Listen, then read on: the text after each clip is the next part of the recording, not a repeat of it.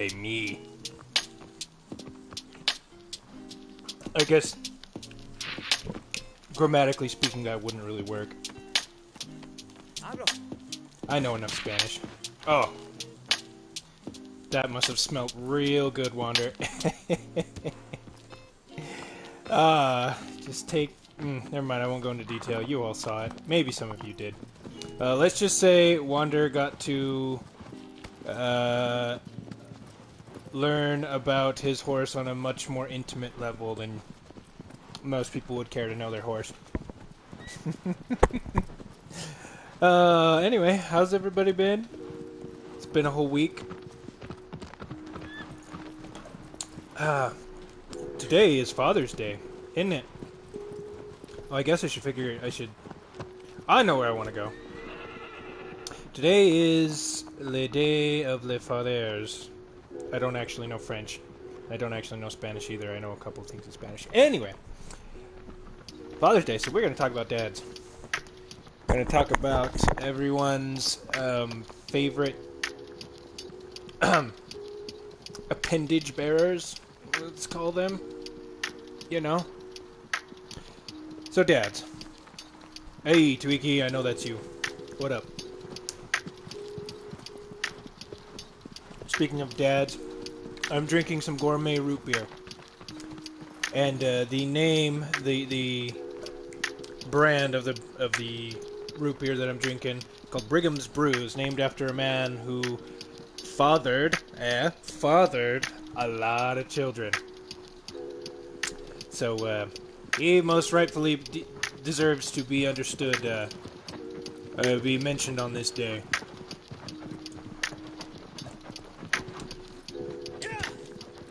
So fathers, dads, you know, let's talk about them historically.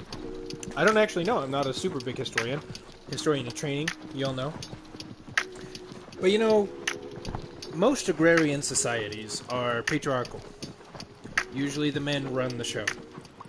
If I remember right... Hey, I don't want to be listening to notifications. I want my music. Shush. Most agrarian societies... Now, hunter-gatherer societies are a little different. They're more egalitarian. But agrarian societies are, like, all patriarchal. And, you know, when you talk about the importance of parents, a lot of times people...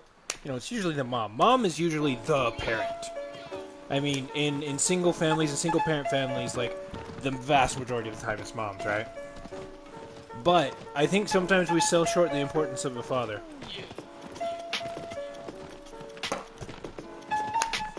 And again, just from history, you look patriarchal societies, obviously, they thought that fathers were super important. Yeah, this is where I wanted to be. They thought fathers were super important. You look at the legends and myths, like you look at Greek mythology, Zeus, the father of the gods. I don't know if he actually fathered the gods, but you know, he's the king of the gods. And he's a he. He's a father. Father Zeus. I'm pretty sure they actually call him that in, like, the Odyssey or something like that. You've got fathers there. You've got the All-Father, the Valfather. Valfader. I don't know how you say it in Norse. But, Odin is the king of the gods as well. Japanese mythology, which I'm a little more familiar with, you have Izanagi, who is one of the most important gods and the creator of... I mean, he and Izanami created pretty much everything, but after she became all dead and whatnot, and gross, and rotty and corpsey, Izanagi took over, and he brings life to, like, what is it, like 1,500 people? I don't remember, something like that. He swore to Izanami that he would give more people life than Izanami could take life away. You look at, well, Christianity, obviously. You've got God himself is known as the Father in heaven. He is the one true Father. You've got, I mean, Jesus himself. We, in some sense, we are also the children of Jesus Christ, and he is considered a father. You look at Buddhism. The same with Buddhism. In case some of you didn't know, Buddhists are actually not really big into women. Buddha didn't have very nice things to say about women in general. Oh no! Wonder! No! Dang it! Okay. Well, that sucks. But yeah, there's... The Buddha calls himself the Father. There's a parable that appears in one of these sutras. I think it's the Lotus Sutra, where he compares himself to the... Well, he calls all the followers good sons and good daughters, and he calls himself their father. Again, that parable that he talks about is you have a king who has a really nice house, and it catches on fire while the king is away. And his children are inside playing with their toys, and... I don't know, is this too loud? I'm going to turn down just a tad.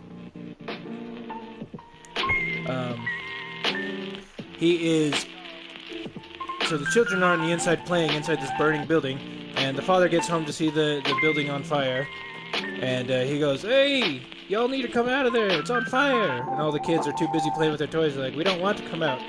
And he's like, "But you have to." And they're like, "No, we don't want to." He's like, "But you'll die." They're like, "No, we won't." Because I guess they're kids. And so the father promises them jewels and, well, chariots, I think specifically. He's like, "Hey, if you come out, I'll give you chariots and stuff." And they go, "Ooh, okay." So they leave the burning building and they get out of there just as it collapses. And then they turn to their father and they go, "Okay, so where are these chariots and stuff you're telling us about?" And then he goes, "Okay, well, here they are." And he gives each of them chariots and whatnot. There's a parable from the Buddha about fatherhood. Confucius as well. I'm reading a book of Chinese classics, and the Confucian Analects are one of the things in there. And they talk about the importance between father and son. That's one of the, I think it's the 5 relationships that Confucius outlines. And it's the most important one. Filial piety, Confucius talks about, is like super important. Fathers should love their sons, sons their fathers. Fathers should lead their sons and be responsible for them, and sons are to be obedient to their fathers. Again, they kind of leave women out because, agrarian societies and whatnot. But needless to say, and I'm sure, I don't know much about Islam, but I'm sure Islam would be something similar. Anything agrarian society, they really like the dads. They really, really like the dads. And so, I do think it's fitting. We have a day for mothers, and, the importance of the mother kind of goes without saying. Again, when I talked about on Mother's Day, there's an army... I heard this story of this army dude. And this is like World War II or something? I don't remember. I don't know. I don't remember where I hear stuff. I just hear things. I'm like Tyrion. I drink gourmet root beer, and I hear things and relay them. But anyway, so, army guy tells a story about how when he's in like World War II or something, and every time a young soldier would die in his arms, "Hey viewer, I'm assuming you're Twiki. If you're not Twiki, let me know who you are. As it says on the bottom, come chill, leave a comment, join the conversation." Although it's less a conversation, more just me running around in a big circle in this game and talking to myself. Some people said it'd be interesting to listen to me. I think they were wrong. But anyway, talking about dads, and how dads kind of get sold short a little bit. I was telling a story about a soldier guy who would have young men die in his arms. They would always cry out for their mothers, never their fathers, and he's like, that really hit me. Because, the importance of mothers goes without saying. We all know how important mothers are. Mothers are so important, and not everybody, but most people love their moms. Probably more than anybody else. But to say that dads don't have their own fair share of love and attention, dads are super important. My dad in particular is... Well, actually, let's go back. So, in the past couple of these videos, we talked a little bit about the ordinary... Hey, another viewer. Welcome, welcome. So one of you is Twiki, aren't you? And one of you is not. If you're not Twiki, you should let me know. But anyway, let's go back to talking about my grandfather. Yeah, they kind of are. They're kind of dumb, which is a crying shame. Because, like, again, let's go back to my grandpa. We actually just, today we talked to my dad. My siblings and I, we all got on a video chat and we talked to my dad. And my dad told us some stories about my grandfather. And how my grandfather, oh, there's my horse. Hi, horse. Hi, horse.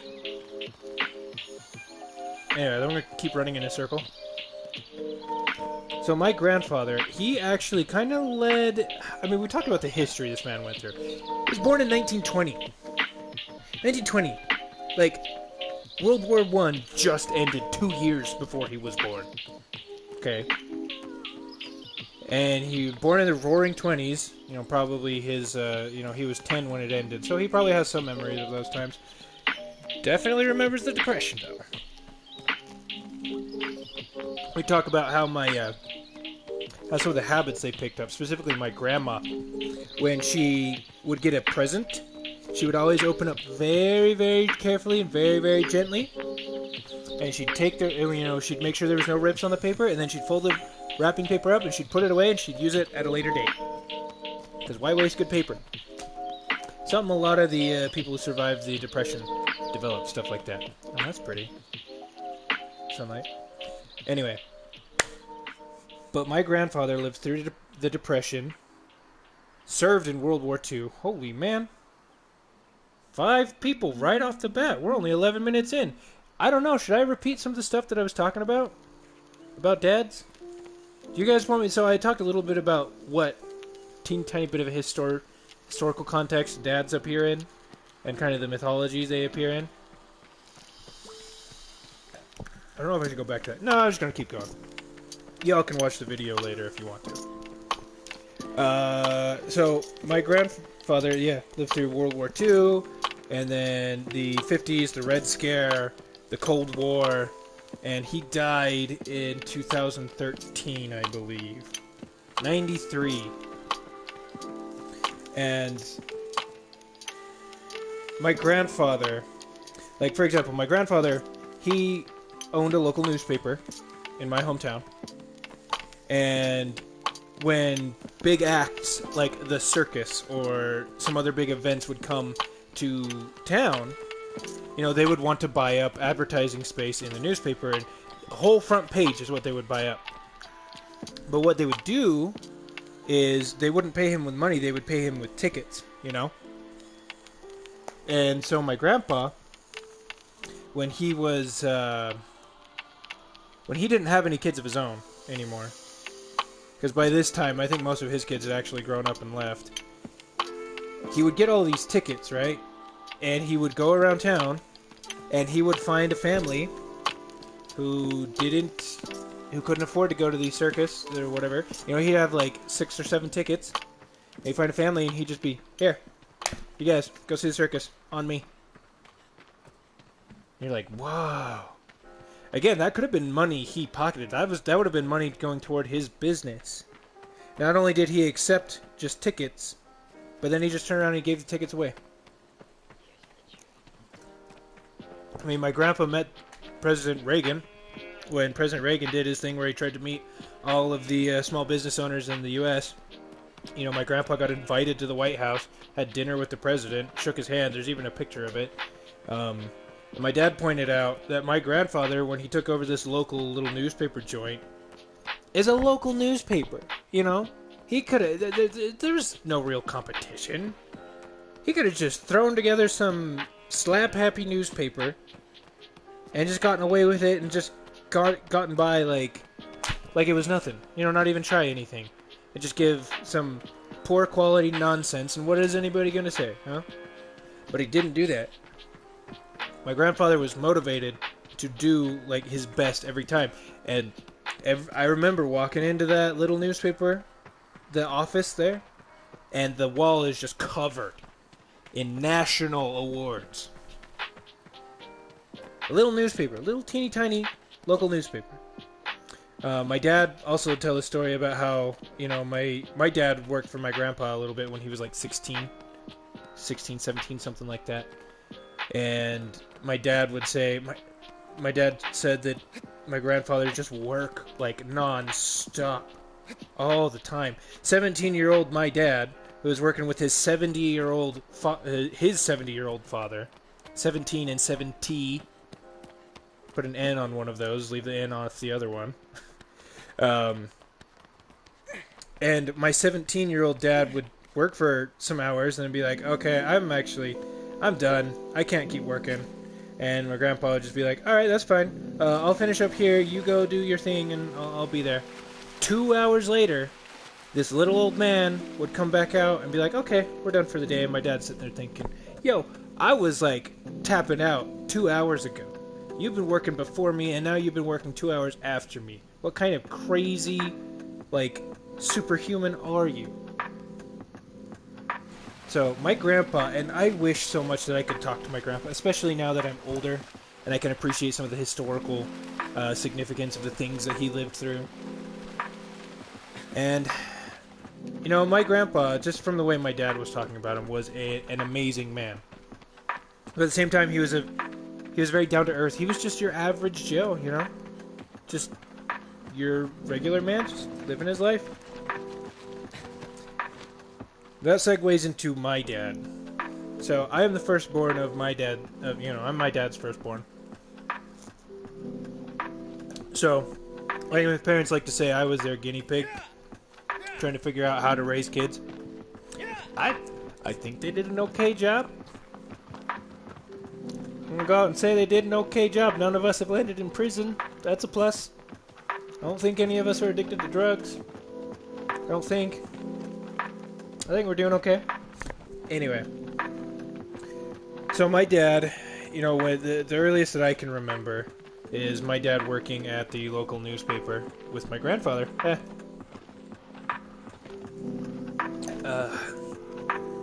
You know, my dad...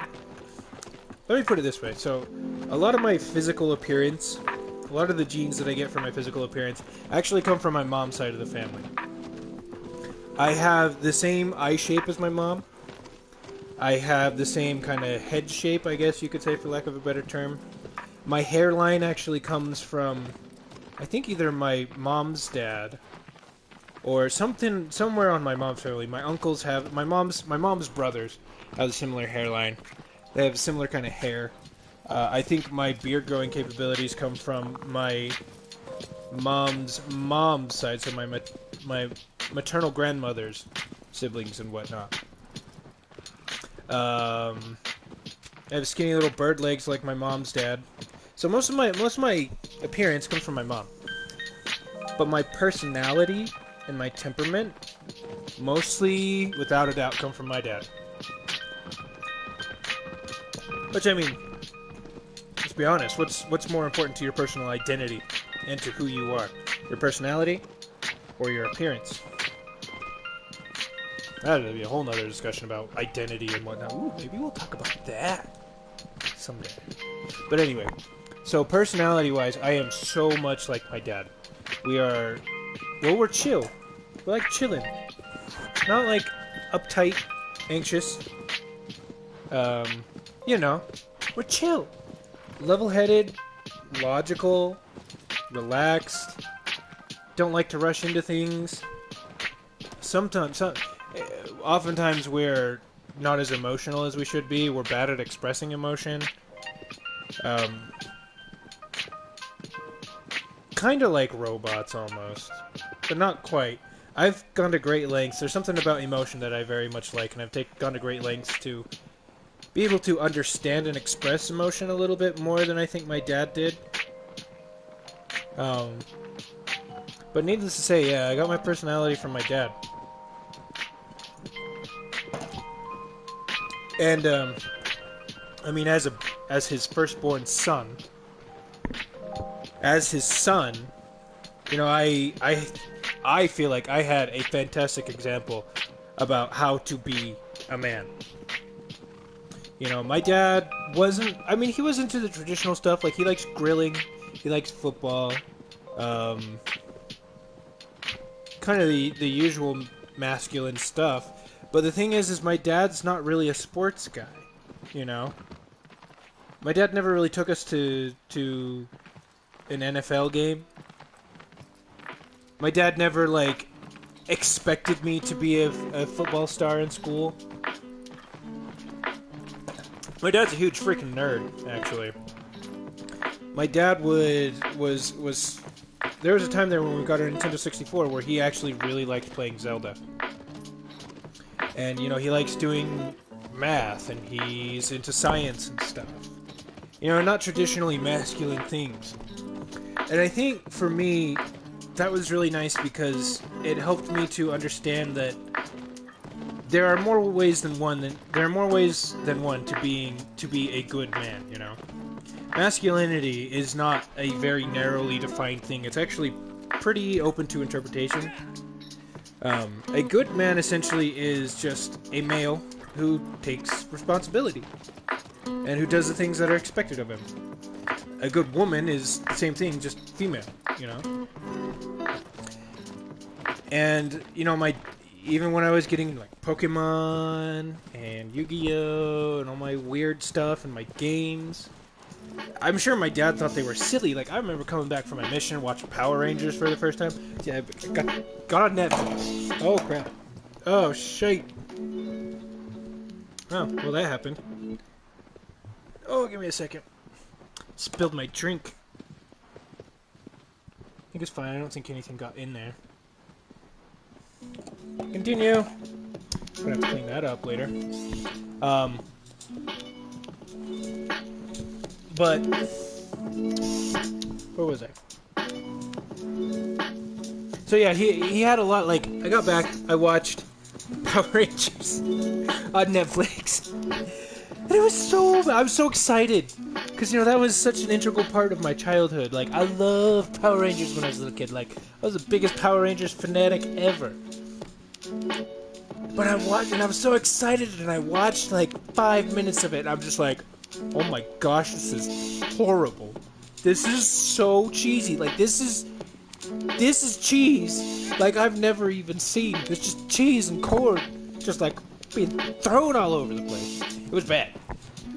Again, I appreciate what Power Rangers gave to me and that I enjoyed it so much as a kid, but I'll be honest, it's not good. It's really not good. And yet, you know, and I'm sure my dad thought that about, like, Pokemon. Like, freaking Pokemon. Could you imagine being somebody who just, like, isn't into Japanese culture, wasn't raised with anime or anything? If you were an adult in the 90s, you see Pokemon.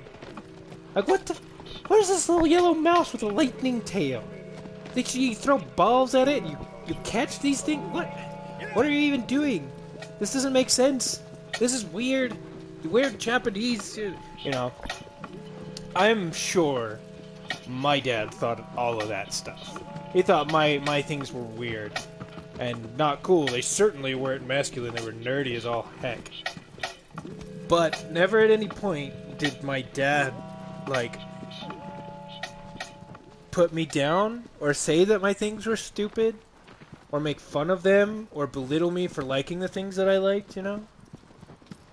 I mean, he didn't really engage with any of that stuff because he wasn't into it, but he could have been a whole lot worse about it. And I think, again, that kind of goes back to, I really appreciate my dad for letting me be me and teaching me that there's more than one way to be a man. That you can be a huge nerd and still be a man. Because what makes a good man, like I said, is not grilling and football, but providing for, well, I was going to say providing for your family, but that's not even true either, because there are good men out there who don't have families. I guess being a good man is just being a responsible human being, and you just happen to be a man. Again, a good woman would be the same thing. It's just we have one for the female version and one for the male version. But, you know, the most impressive thing I think my dad did... So my dad's a pharmacist, right? So this is a little bit of family history of life story for me. My dad currently is a pharmacist. But like I was talking about earlier, he used to work at a local newspaper office. He used to be an editor and take pictures. He helped. It was such a small thing that everybody helped a little bit with everything. But when I don't know if this was before or after my last my youngest brother was born. But my parents decided that my dad needed to go back to school and get a new job. They wanted to be a pharmacist. Because they weren't making ends meet at the newspaper office. It just wasn't working. And my mom was working too, and both of them combined just wasn't quite cutting it. So they made the really, really hard decision, and it was a joint decision, to move to Montana so my dad could go to school. With 5 kids. Go to pharmacy school with 5 kids. You want to talk about hard? Man, I've done nothing as hard as that would have been. 4 years. 4 years we moved, and again, my mom and my dad, they're both from a small town. They're both so used to having family and friends and connections around them, and they packed up and they moved hundreds of miles away where they knew nobody. And Utah especially, because Utah, is like a Mormon bubble. And my parents, if we had moved, another choice we could have gone is Las Vegas. And in Vegas, I'm so glad we didn't go to Vegas. But the thing with Vegas is, at the very least, there are a lot of Mormons, a lot of LDS there. So they could have gotten some sort of support from somebody. But no, instead they moved to Montana where there are hardly any Mormons. Well, there's hardly any people in Montana, if I'm going to be honest. Man. But they didn't know anybody. They didn't have very many church members to turn to for help. It was basically just them looking out for us. And my dad didn't work all that time. I mean, we did a little bit. That's a good memory I have of my dad. So when I was 14 and we were living in Montana, we got a paper route together. It destroyed our van because of all the stopping and going. And we did it in the winter in Montana because we're smart. But, I mean, my dad did what he had to. And I remember at the time, because my dad liked to play Command & Conquer on the computer. And when he would start playing Command & Conquer, he'd get into a game. The man became, I don't know what happened. He became a freaking wall of stone. I remember one time, I had to get his attention for something. He didn't have headphones in. He didn't have anything. He was just playing a game. He's just playing a game, and I'm sitting right next to him, and I go, Dad. No response. Dad. No response. Dad. No response. I say his name like 7 times. And he finally, what? Just looked over at me. And then I told him whatever it was that I told him. I just remember thinking, holy crap, how long does it take before you realize I'm right here? And at first, I was annoyed. Like, oh my gosh, he's just ignoring me. But then I realized, I think it was a skill, kind of, he developed. Because he was going to school with 5 kids, he had to learn how to focus and concentrate. Despite having 5 children. Because he had to focus. He had to pass his classes. He had to do well. So he could get a pharmacist. So he could be a pharmacist and actually provide for his family. Which he did. But in the process, I think he developed an insane amount of focus. You have to. And I mean, I'm just thinking about the sacrifice that both of my parents had to make. But ultimately, given our religious tendencies and our religious leanings, the ultimate decision maker in my family is my father. And it was my father who went back to school, not my mother. Oh, hey. Got Nier Automata installed. Hey. And everything was... all of the responsibility of succeeding and whether our family's going to do well or not was on his shoulders. That must have been a lot to carry. It must have been scary. It must have been hard. And I am going to forever be eternally grateful. I mean, honestly, by the time my dad was a pharmacist, I was 16 years old. So I had basically lived out my childhood. I only had a couple of more years before I was off on my own.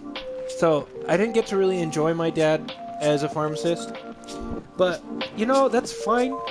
I mean, even if he hadn't been a pharmacist and we had lived in literally below the poverty line for my whole life, honestly, I'm not so concerned about the wealth. I don't care if I missed out on maybe some nicer things that maybe my younger brothers have.